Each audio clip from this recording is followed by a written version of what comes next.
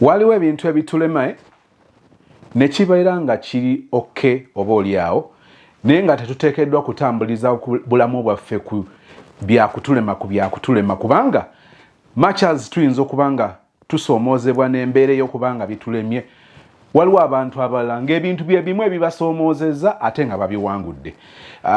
Tokonfaminga bulamu nti bugenda kutambulira kukulema waliwo okubeera positive nti wadde waliwo abalemereddwa naye ate waliwo n'abo ababiwangudde. Kati ogwo gwe mutawaana gw'abantu abamu nga bagenda olumu oba oliawo baddiŋŋana engeri zezimu ze baali badde basobola n'okwewala naye olw'okuba obwongo bwe abuyingizaamu kiri kyakulemwa kyatekijja kukola era kijja wunzika bwe kiti okufuba kwe kwonna kwonna tekubeera ku ngeri ya kukyewala ngeri ya kukirwanyisa abeera mu acceptance ndooza eyo ye feeti yange ndooza ki siri mu business talks no twogera ku bintu ebitutukako mu bulamu even when it comes to our relationships. Eri abantu abalina endowooza nti bo batondebwa ku failinga relationship like ani yakukonfaminga baregisteringira gye tutaali olyoka otambulire mu buufu bwe butyo. Kakati waliwo ebintu ebimu nga twetaaga bwetaaza olumu kuzibwamu maanyi abo abalabikanga batubeerera ekyokulabirako ekiri opposite.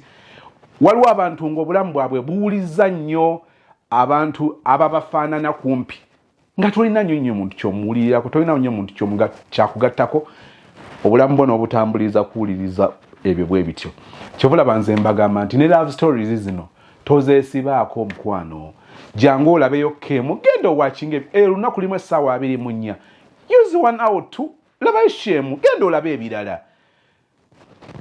Obulamu bwe kuba kusekoseke bwe kuba kubeera inspired teweesiba ku kintu ne kiba kirungi nnyo totambuliza bulamu bwo ku kintu kimu bwe kiti kubanga ebisobola okubanga bikubenefitinga bye bingi. Twanirizaako okushare ffe olwaleero nga tugenda mu Kiggula Luggi ku alternative show kansoke nkubipingireyo call ki ekiriyo tukola wano ne bajjeni bonna ne bakalemu bo ne badda mu byabwe ne one man's amen n'ogikwatamu kwate ennanga nzekka nze olwo nkyali ku mitwalo 15 ndabanga kati ntuse ekiseera njikooye nze nafunanga sente mu audience kubanga navanga okuyimba neseneze mufuna mu audience okuva ku ssaawa 5 paka ssaawa 9 tewalinga nnyo kwirusembo.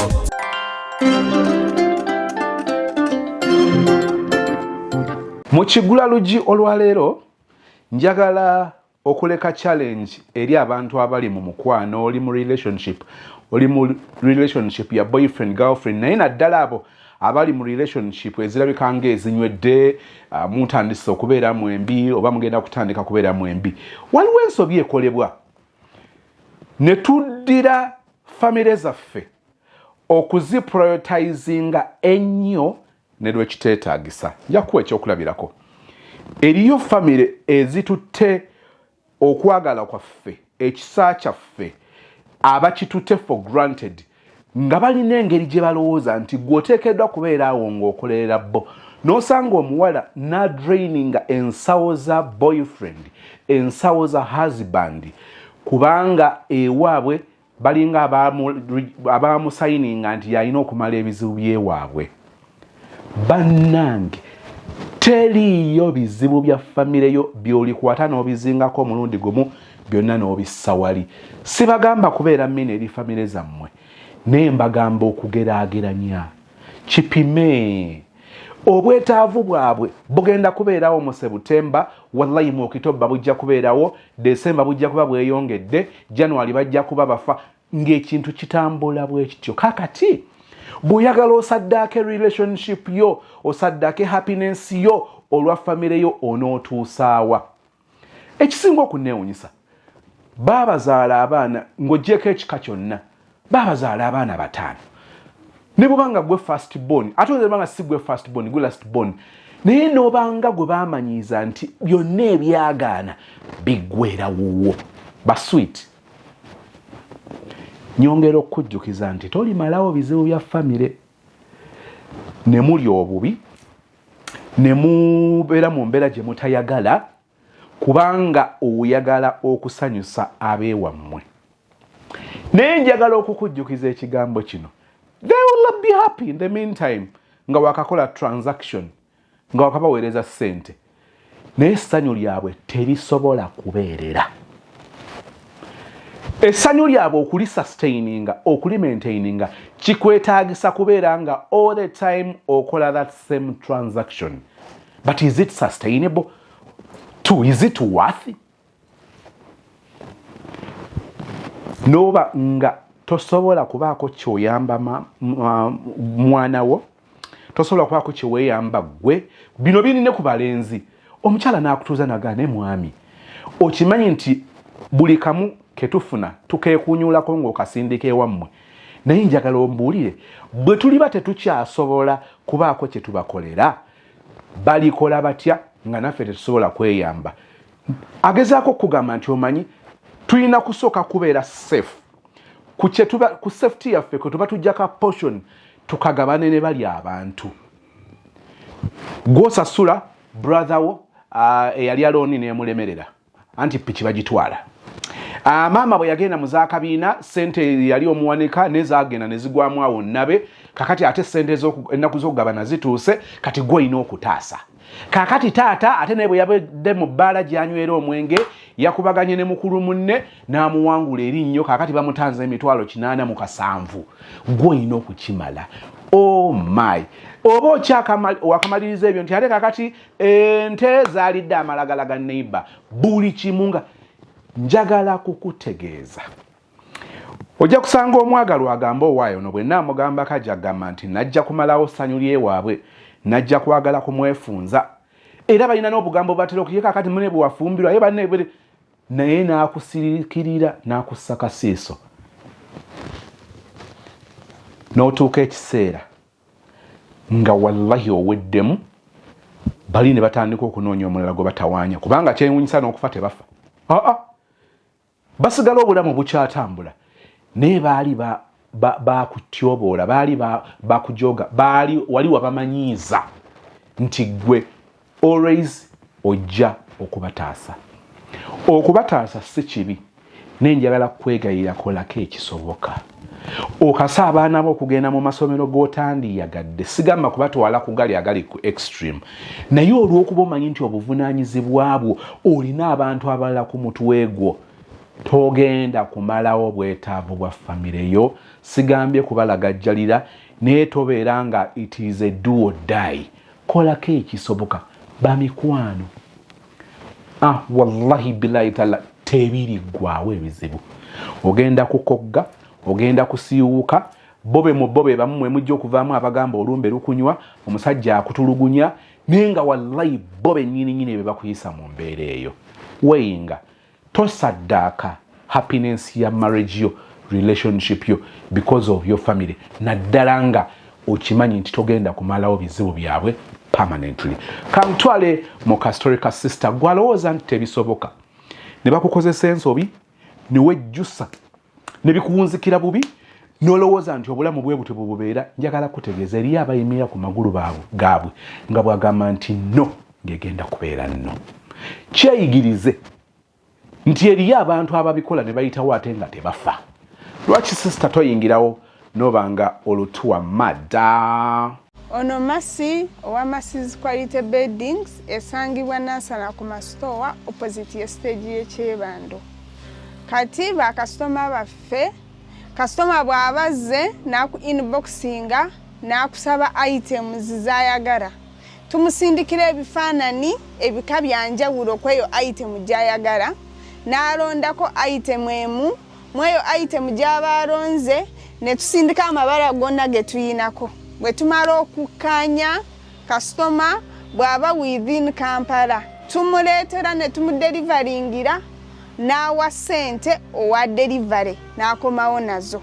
Bw'aba wabweru w'e Kampala kye tukola tukozesa mazima n'obwesigwa, asindika ssente ne tudelivaringa item.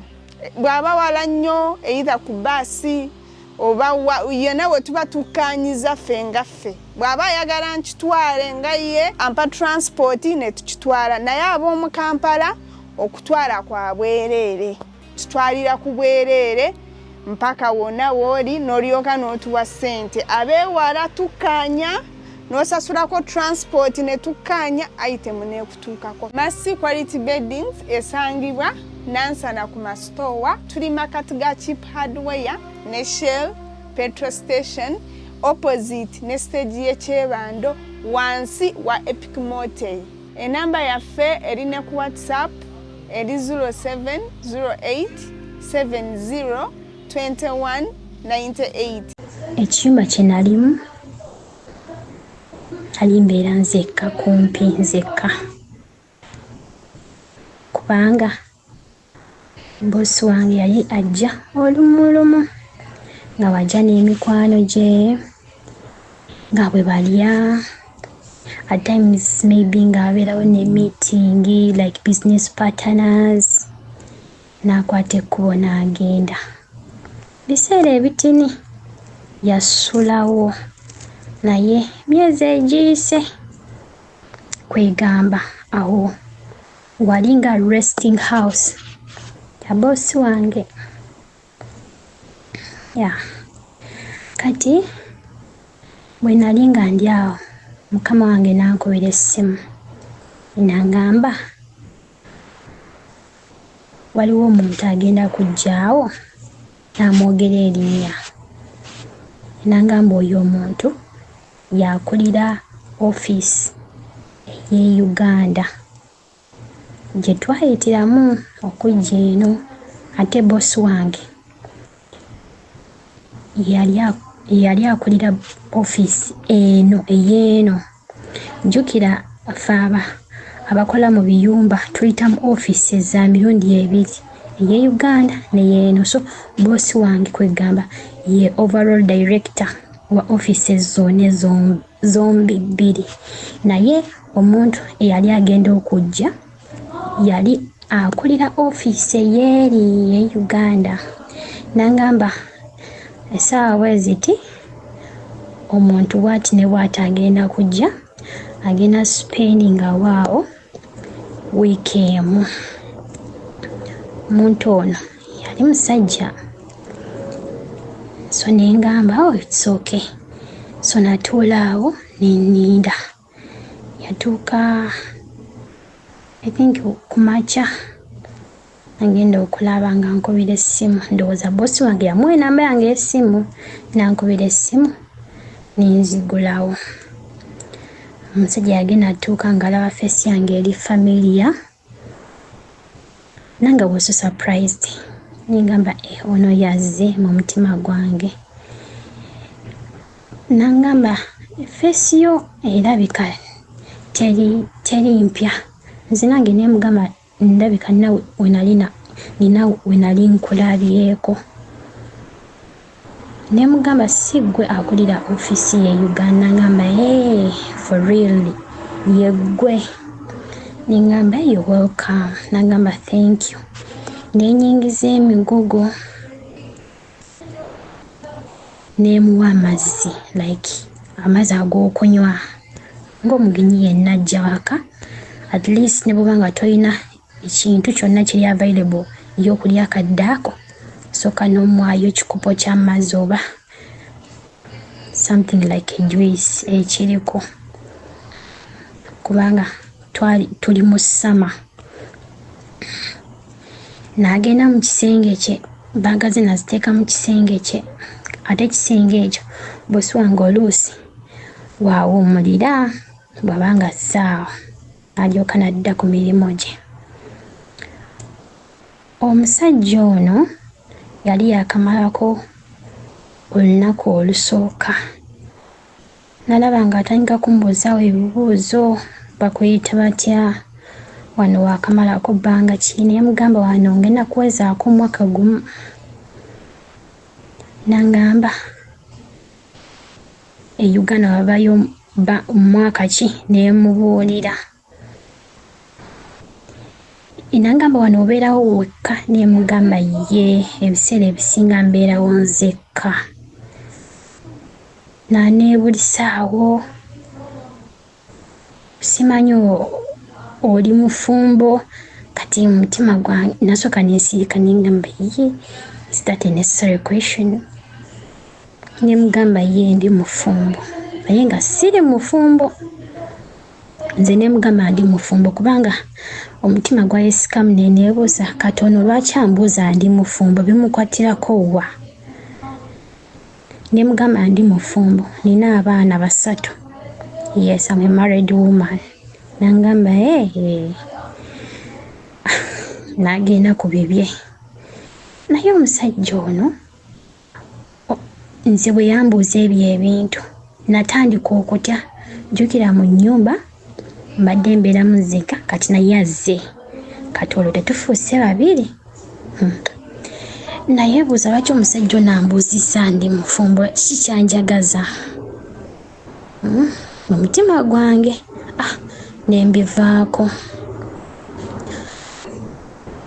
Natandika omutya since there and there. Natandika omutya kubanga nalaba amaaso agakutte mu ngalo like fe oba statement oba munantegeera omuntu kubanga akutte amaaso mu ngalo ng'amaguka nnyo. Yeah, so that was him. Nagenda okulaba olunaku oluddako nga mbuuza boosi wona akuwa ssente meka, ne nzimubuulira nangamba zokka zaakuwa. Ne mugamba ze nasayiningira contract kati yandimpadde zimeka. Nangamba yiye sente ntini mu mutima gwange nzize nkolera. Kale ng'alaga nnyo, ayagala nnyo kulaga ng'afaayo nnyo. Omuntu molova tanaba nakuweza wadde 5 days alaga afaayo nnyo. Natandika okumwewala ne bwe mba nga ndi mu ffumbiro ne muwulira ng'atambula ng'ajja nga ntambula supeeti nga ngenda mu kisenge kyange. Naye jjukira temuli kamera mu nnyumba, temuliimu any kind of a recording device. So kwegamba ndiwo kulwa ekisa kya Katonda. Kati olunaku olulala nali ndi awo yagenda okujja mu ffumbiro like I was surprised nenkyuka mangu like omuntu ali scared nenfuluma. Nakyusa attitude ya face ye like he was also surprised like ndowooza nga yeebuuza naye kiwaki omuwala ono antya. Attitude ye okuva we najja mu nnyumba kubeera wano like attitude is tough. Abeera nga like anyiize paka bwe yambuuza naye sooka ojje wano. Era agenda oba ku dduuka nampita nangamba naye lwaki obeera ng'onyiize all the time. Ne mugamba that's my nature. Bwentyo bwe namuddamu naye attitude yange yajjawo okuva we yatandika okumbuuza personal questions. Ne ngamba ono alina kyabala naye kyonna kyekiri kale tajja nakikola. Nemugamba that's my nature. Nangamba really nemugamba yeah. Nangamba you have to smile. Why don't you smile? Why don't you like what you wear mu kisenge kyo 24/7? Beera ng'ojja ng'otuula manya mu sitting room ne tuwatchinga. Nemugamba no nedda nze njaga I prefer my bedroom. Bwentyo we namugamba. Nemugamba n'ekirala nina okuwa respect ng'omuntu. Yes, kubanga bwe nali nga sinaba kujja ku guno omulimu was briefed.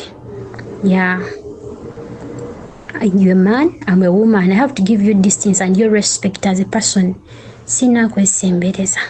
Nangamba omusajja atandika okundaga attitude. Buli wabanga angamba ekintu nga mboogolera bubogozi mu mutima gwange ne bomboggolera I don't care as long as kyongambye nkikoze. Omusajja we yalaba nga have turned down eri statements byema waki toseka nange waki obeera ng'onyiize ebintu ng'ebyo.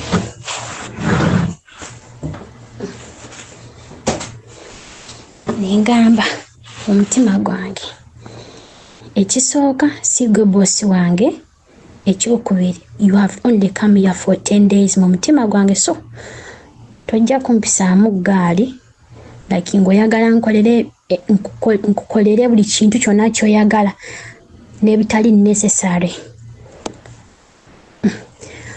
Omusajja n'angamba actually yakwata essimu n'akuba ku office n'andoopa. Omuntu gw'aloopa agenda kuweza omwaka awaze okukyala ate abantu baloopera tebawulirangako any complain about me from my boss. Naye ono yakajja talana kuweza na weekend akubye essimu mbandoopa simufaako okitegeera mbumbeera mu kisenge simufaako. Ndowooza ne bwe yakuba essimu ndowooza yagamba boosi ndowooza n'agamba supervisor waffe yali muna Uganda ne supervisor waffe n'asirika tiyageza nakunnyega oba lwaki siri supportive ku mugenyazi. Kati olunaku ne lukya nali ndi awo mu kisenge kyange attaaka ya asthma n'emukuba nawulira nga mpita hechi kankozese hechi ng'erinnya lyange hechi nfa ng'avudde eri mu kisenge ekye najja ng'atambula oyo waliwo awo room eringa like studio like bagikola nga studio naye it's a second sitting room. Weyajja n'atuula mu ntebe nga bwasinda oba okusinda kigambo ky'Oluganda simanyi nga bwa screaminga nfa nga bwa screaminga ya Allah manya kibiki. Nze nali ntaddemu headset nagenda okuwulira omuntu banange nga mpita nenziruka nenzigulako room yange nemugamba what's happening nangamba nfa nengamba nfudde heki nfudde nangamba mpa amazzi naye nga bwanyika ku kifuba nga bwasinda nengamba nfudde nze nemugamba nkubire neiba nangamba nedda nemugamba kati nkole ki nangamba kubira bosuwo nenkubira boss ndowooza bwali budde bwakwebaka ye kubanga ye akola olweggulo then kumakya up to sawa nga I think nga 8 aba yeebase katono that scenario yaliwo kusawa nga 2-3 z'okumakya nemugamba naye sisuubiranga asobola okukwata essimu nenkuba essimu eno omusajja nga bwansaba amazzi mu mutima gwange sijja kuwa amazzi kubanga nawulirako mbu omuntu banga akaba like omutima bw'omuwa amazzi ayinza okufa. Nze nemugamba omugamba nkuwa amazzi oyagala ofe ondeetere ebizibu. Nemugamba sijja kuwa amazzi please sigenda kuwa amazzi sijja. Nengamba ye already nina namba ya assistant manager amudda mu bigere eri Uganda mukyala. Nengamba kankubire mukazi ono nemukubira teyakwata nemusinikira odi nemugamba owaaye gondi ali bubi naye ansaba amazzi nze mugambe sigenda muwa amazzi nangamba eyo asthma attack funa kino ne kino manya katungulu chumu manya okamuteke oka grating okamuteke ku nnyindo manya ofune n'obutungulu masimanyi obuteke manya musokisi omwambaze n'embiko naye mbikola ku musajja omukulu mu mutima gwange. Omusajja ono tyandiba kano kakodyo naye mu mutima gwange nenziramu nendowooza kirabika ali bubi. Nemuyamba nenkola what I could do best nemuwa buli kimu kye bali bangambye ku ssimu Then oli assistant manager nangamba keep me updated, nemugamba okay. Nangamba mubuuze inhaler yagira, nemugamba inhaler eriwa, nangamba sijina nagirekayo. Ngamba okay. Naye eno nga bwenkubira boss wange takwata, nengamba why kambiveeko. Ekirungi assistant manager yakutte essimu.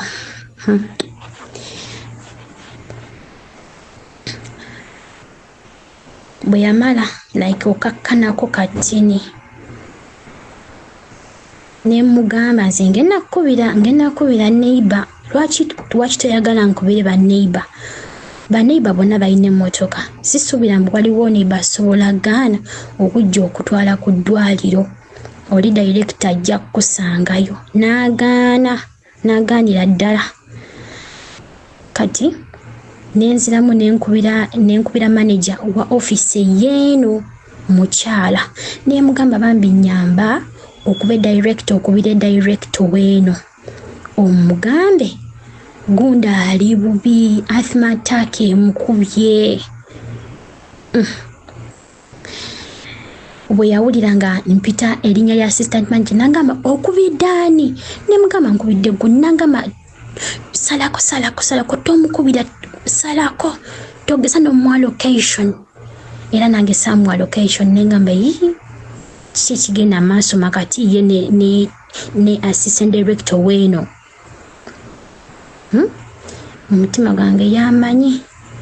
Nangamba omuwadde location, nemugamba simuwadde location. Ngamba okay. Kati nagenda okulaba, simanyi omukyalo oli location yagijjawa oba ya tracking enamba yange y'essimu. Ono assistant director wa office yeeno. Nagenda okulaba nga ali ku luggi, kirabika yantrackinga. Nagenda okulaba nga akonkona kade, nengenda okugulawo, nagenda okulaba ye mukyala azze. Nengamba nfudde nsi. Kati ono omukyala wano amanyiwa atya, ategeddeko atya? Omukyala najja n'amubuuza oli otya? Masimanyi, kifuba kinnuma, mpulira ndi mukulumizibwa nga bwensa. Omukyala nakubira ambulance.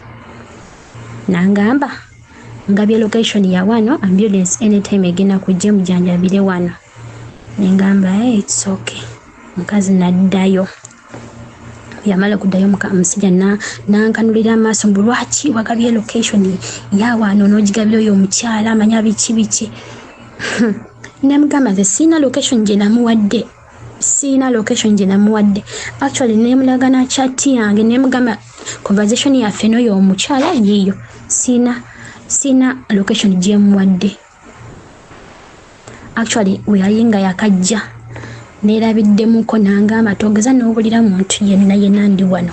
Kaabe assistant manager we Uganda, kaabe muntu yenna wa office, ezo bbiri togeza n'obulira muntu yenna ndi wano. Nemugamba kale. Nenze nebuuza lwaki tayagala muntu yenna omulala yenna apart from director amanye mba ali wano. Naye abantu balina olugezigezi bananga some men have lugezigezi. So finally ambulance yajja nemujanjaba, n'abeerako mpola.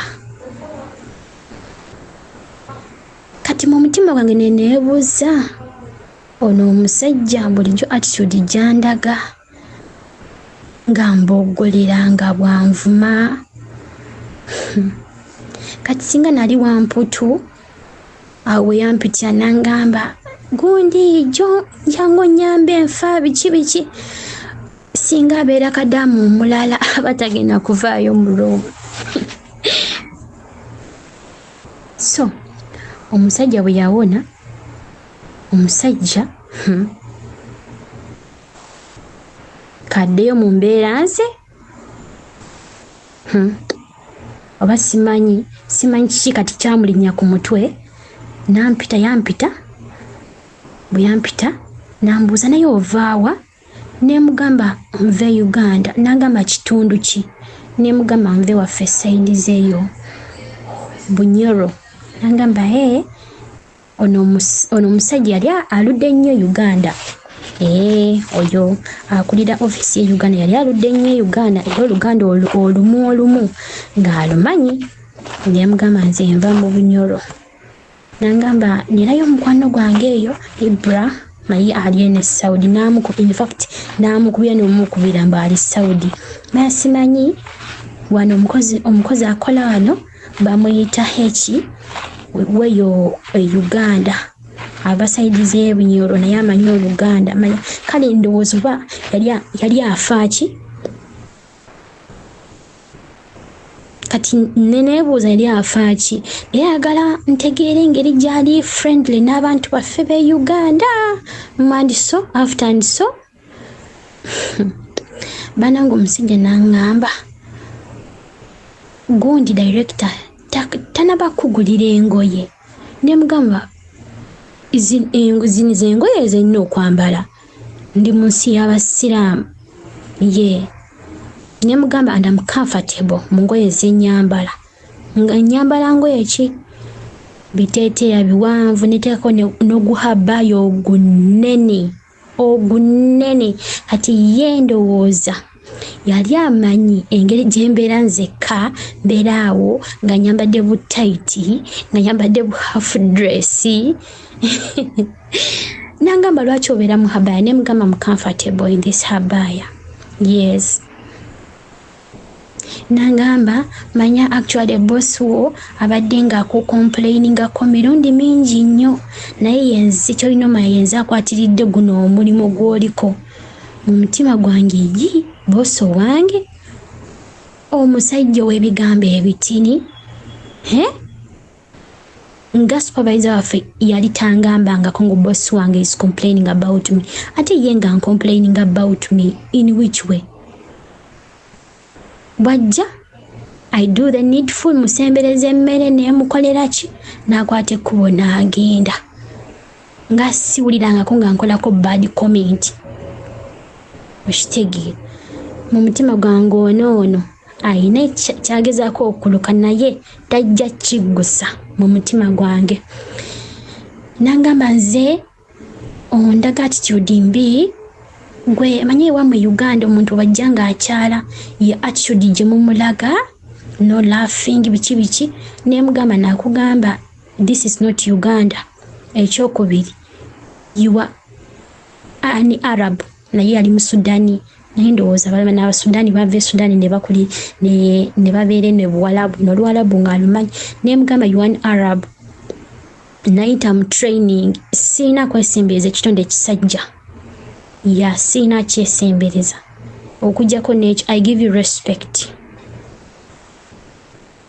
nga boss wange oba office gye nayitamu okitegeera sina boss wange director office yange gye nayitamu e Uganda nangamba okay nangamba but even when you prepare food lwaki tompa emmere ne mugamba why nze emmere yammwe gye mulya simanyi gifumba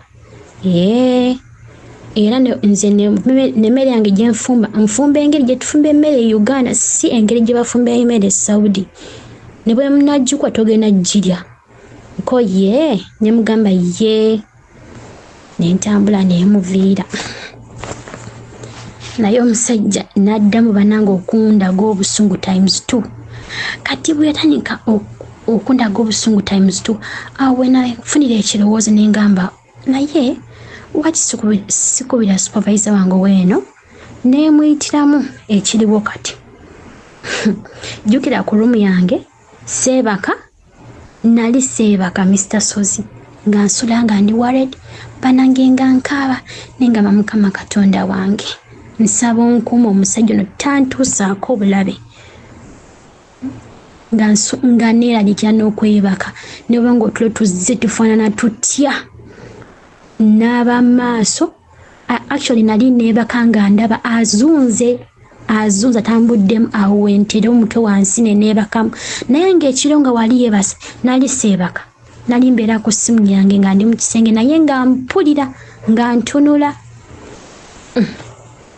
nengamba madamu omusajja ono bangamba agenda kujja wano amaleko ennaku 10 naye ndaba ennaku ziyiseemu ate n'okuva we yajja ayina embeera gyandaze like ng'ayagala okuhavinga something with me nangamba togeza n'okkiriza ate togeza n'omwesiniikirizako ebinnyo nengamba kyembadde nkola actually yandagadde attitude engeri mbu yali reason lwaki nkyali ku mulimu nangamba byonna ajja bikugamba naye togeza nangamba oyo twamumanyira ayina gyemize togeza nangamba actually baddamu kubuuza ebintu by'ekisira about your personal life kwata essimu recording buli kimu from A up to Z obi recording nengamba okay madam nangamba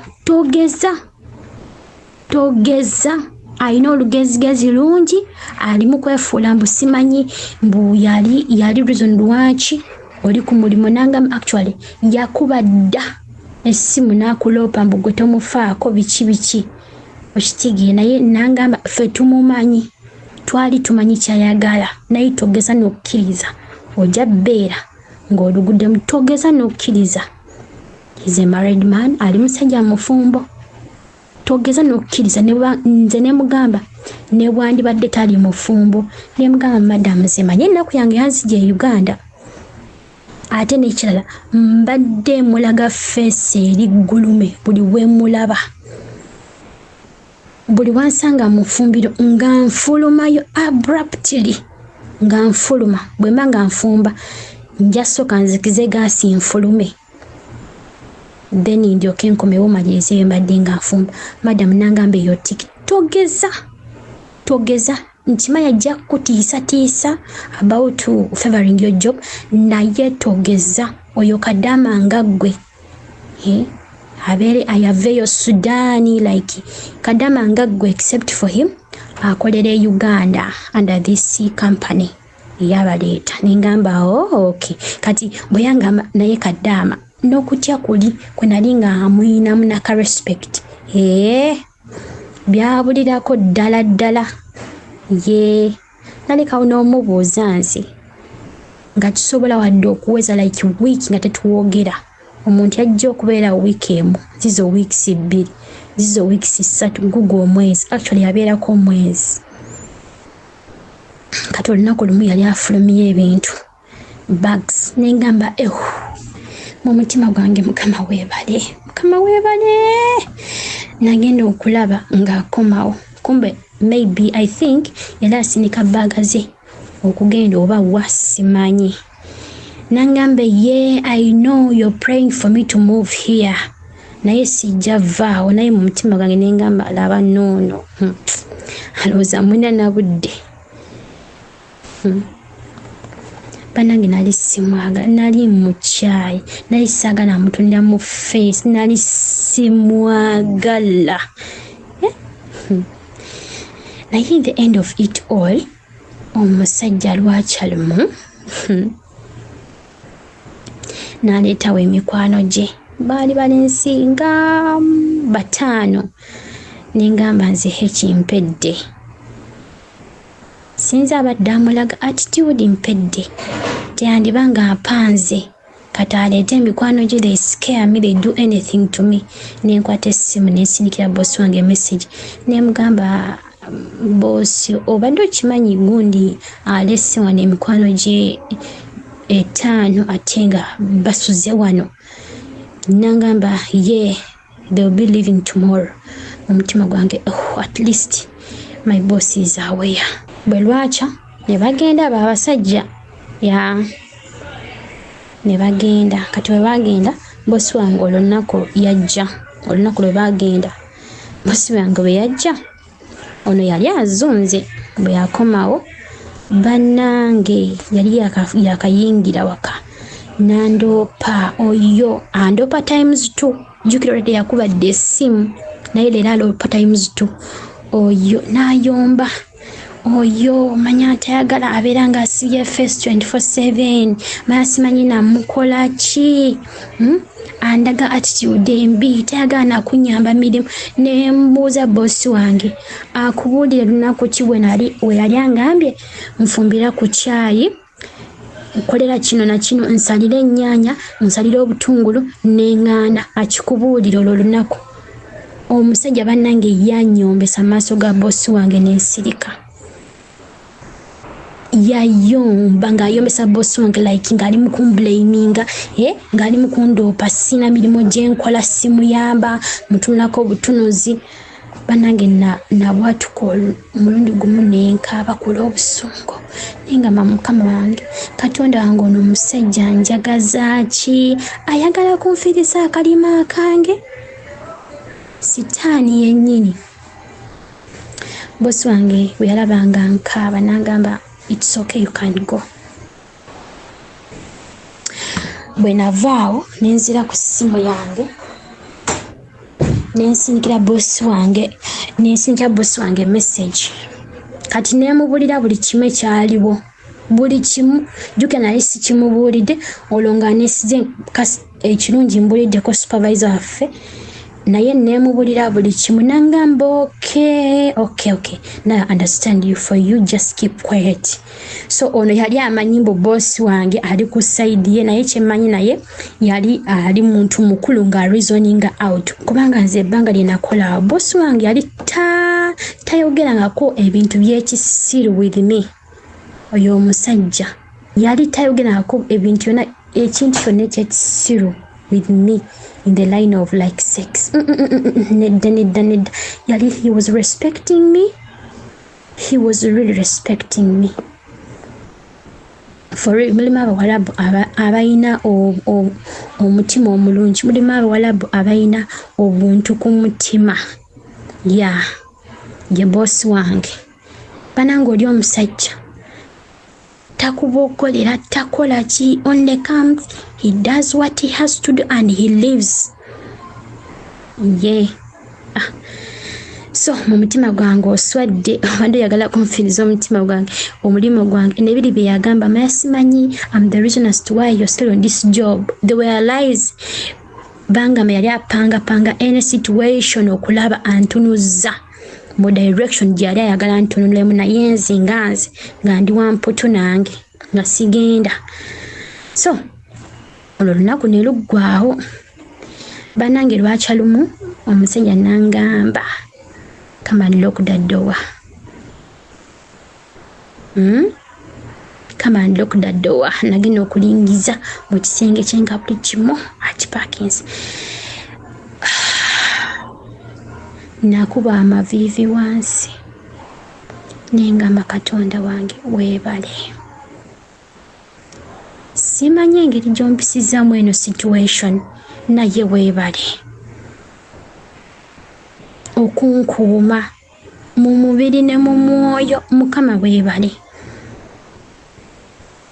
Mukama Katonda okunkuuma. Nakaaba nengamba final omusajja ono avudde wano. Katonda weebale. So kino tufunamu kyokuyiga ki banange abakadaama muwe nnyo respect emibiri gyammwe. Sometimes waliwo situation esobola okutuukako naddala mu bana abantu betukoleramu abasajja nayagala kuscaring akutiisatiise olyoke naawe otye like yeefuule kikyatali. Jukira nze oli yali angambye mbusimanyi yakwatiridde omulimo gwange. That means singa nali mutiitiizi nga mprioritizinga nnyo omulimo gwange okusinga omubiri gwange nandibadde nga nkola ensobe. Naye nze nange Katonda yali ampadde omwoyo w'amagezi mu mutima gwange. If it is the job to go, omulimu gugende, but I won't give in my body to keep this job. I can't. Kubanga at the end of the day simanyi oba mulwadde leka n'ekyo. I respect my body. So abawala mwina okwebeereramu. At times olina obeera omukambwe. Ya kubanga kyemanyi bano abantu asobola there are very low chances bano abantu omuntu ng'asobola kurepinga burepins bano abantu wansi bwaluka ekintu kye naawe n'osinika ebinnyo ndowoozaawo waba agenda kucelebrate nga amanyi omutego gwe ogenda finally gugwamu. So finally omusajja yagenda and I remained at my job. Yeah. So Mr. Sozi yabadde story yange bananga abawale tuwe ekitiibwa omubiri gwaffe, not for anyone but for our own. Kubanga oyinza obeera n'ogamba simanyi sobola kwayo omubiri gwange kubanga ndi mufumbo, sobola kwayo omubiri gwange kubanga maya simanyi maya ndi biki, naye just love, be proud of your body. Tokkiriza embeera yonna ekuweesayo omubiri gwo to keep a job, to have a job. No. So but your Katonda we yampisa, I think that was a test, but it was a very complicated test. Banange nakaba nasiiba banange nasaba nengamba Mukama Katonda banange nsaba onyamba omusajja ono. I think he came as a temptation, a threat to my job. Bananga ave wano nga talina bulabe wonna bwantusizaako kubanga omusajja ono yali asobola okunkola ekyobulabe kyonna, maybe like okunkuba ekintu we. Jukira we are only staying 2 people in the house, naye Mukama Katonda yamaliriza banange nampanguza. So yebadde story yange Mr. Sozi. Once again webale tubeererawo, webale kubeera kojja naddala kwabo abatalina bakojja bananga abataakuziwa bakojja baabwe. Awo mba njogera ku balenzi, webale okubeera senga kufa abaana abawala kubanga bannange stories zo zinga oyogera ebigambo ebiva mu ggwe bannange bya so full of knowledge. Ebale nnyo, Katonda akutuwangaalize ne famire eyo n'ekirala abasubscribers ba Sozi mu bannange mwebale, temukoma okwo. Tell a friend that yena amisinga stories za Sozi mu bannange amisinga ekintu kinene nnyo. Yeah. Kambaganiza olunaku olulungi. Katonda abanteremu obwangu mu buli kyemukola. Yeah. Kambagaliza omwaka omulungi. Siye munyumya omulungi nenzikiriza nti byabadde ayagala okututuusaako tubitegedde. Eri abaana ab'obuwala abawunzise nga bebasere ba boosi baabwe, ne wallahi nga bw'obituyisizaamu nga tugamba nti nkubuulire omwogezi oba omutemi w'omugambo omwangu yaligambye nti naawe kenyininyini wali oyagala. Naye olw'okuba abantu bino abantu bibasanga ne bakuintimidatinga n'akutiisatiisaamukawo omulimu yagukwatiridde bano already asanze oli desperate. Kakati eri abantu nabagamba nga bakozesa bunafu bwaffe. Omuntu akusanga mu mbeera ya bwetaavu, omuntu akusanga mu mbeera ya kutya, n'akozesa ekyo n'ayisaawo kyayagala. Olumu ogenda okuzuula nga wallahi tewali wakufa. It couldn't even happen. Naye olw'okuba yakukwata obujega, actually ndoza kyekigambo ekituufu kyembadde njagala, abamu babakwata bukwasi bujega. Nosanga omuwala omukulu oli namugamba bw'onoyogera nja kukutta. N'atya ekyo. Oli n'akola byayagala n'agenda kubanga ono yatidde kukola ki? Yatidde kufa. Abamu bawunzika tebakubye enduulu. N'omugamba n'agamba natya. So nolowooza nti okutegeera nti badde bagenda kukolako ebyambyone kibadde bearable okusinga reaction y'abantu gye baalikoze nga bazze okukutaasanga okubya enduulu. Tuyige okugeraageranya. Njagadde kugamba nti bangi babisiŋŋaana ne babiwangula nga bakozesezza ebintu ebya bulijjo ate obulamu ne butambula, ekyo ne bakisimattuka. Nsaba Mukama akunjagalire akumpeera ekisa n'emirembe gye mu linnya erya Yesu, and we all say amen. Nawoteeka obukopo n'essimu eriko waliwo obumeeza waba mugita ero naye no yu ejja neekola yu dining za luxury. Dining njagala batuuka okulya ku Christmas nga balina dining